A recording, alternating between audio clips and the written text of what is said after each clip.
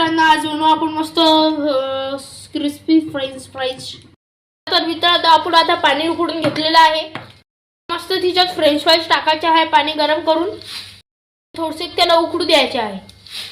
पैकी आपले आलू उकडून तयार झालेले आहे। आता थोडं तेल टाकायचं आहे, गरगर गरगर हलवायचं आहे।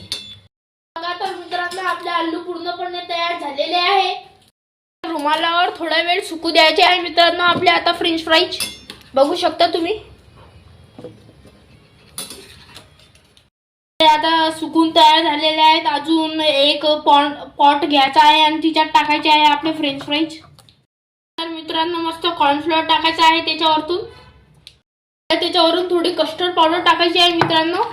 त्याच्यावर अलगच टेस्ट येते आणि क्रिस्पी होते, अजून वेगळाच फ्लेवर येते मित्रांनो। तिखट टाकायचं आहे मित्रांनो, 2 चमचा टाका बावा। अजून 1 चमचा मीठ टाकायचं आहे, अजून एक अर्धा चमचा कधी तिखट टाकायचं आहे। मस्त त्याला मिक्स करून घ्यायचं आहे मित्रांनो। बघू शकता तुम्ही मित्रांनो आपलं मिक्स होऊन तयार झालेलं आहे। बघून ठेवायचं आहे गॅसवर। मस्त तेल टाकायचं आहे, तेल गरम होऊ द्यायचं आहे मित्रांनो आता फ्रेंच फ्राईज तिच्या तेलात टाकायचे आहे आणि मस्त क्रिस्पी होऊ द्यायचे आहे मित्रांनो।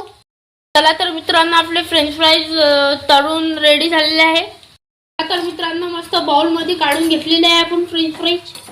मित्रांनो त्याच्यावर मस्त तिखट टाकायचं आहे, मीठ टाकायचं आहे मित्रांनो। मस्त त्याला हलवून घ्यायचं आहे। आता मित्रांनो आपले फ्रेंच फ्राईज तयार झालेले आहे।